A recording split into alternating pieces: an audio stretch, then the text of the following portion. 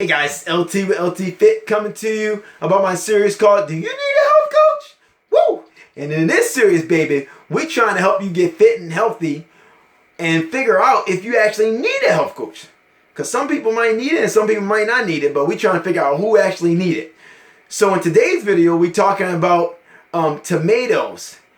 Now, if you have a sandwich during the day and the only vegetable you're eating is that tomato, then you probably need a little health coaching. Tomatoes are great, and it's better than having a letter on your sandwich and calling your vegetable. But just a tomato on your sandwich is not going to be enough nutrition to really satisfy what your body needs as far as the nutrients from vegetables. So if you is that person that call your vegetable is that one tomato you put on that sandwich, you probably need a health coach. And I'm here to help. I offer group health coaching and I offer one-on-one, but I would love to help you to get more nutrition in your diet, because that one tomato is just not enough. And I look forward to helping you get fit. So check out my group health coaching and check out my one-on-one health coaching. I'd love to help you get fit. Have a great day.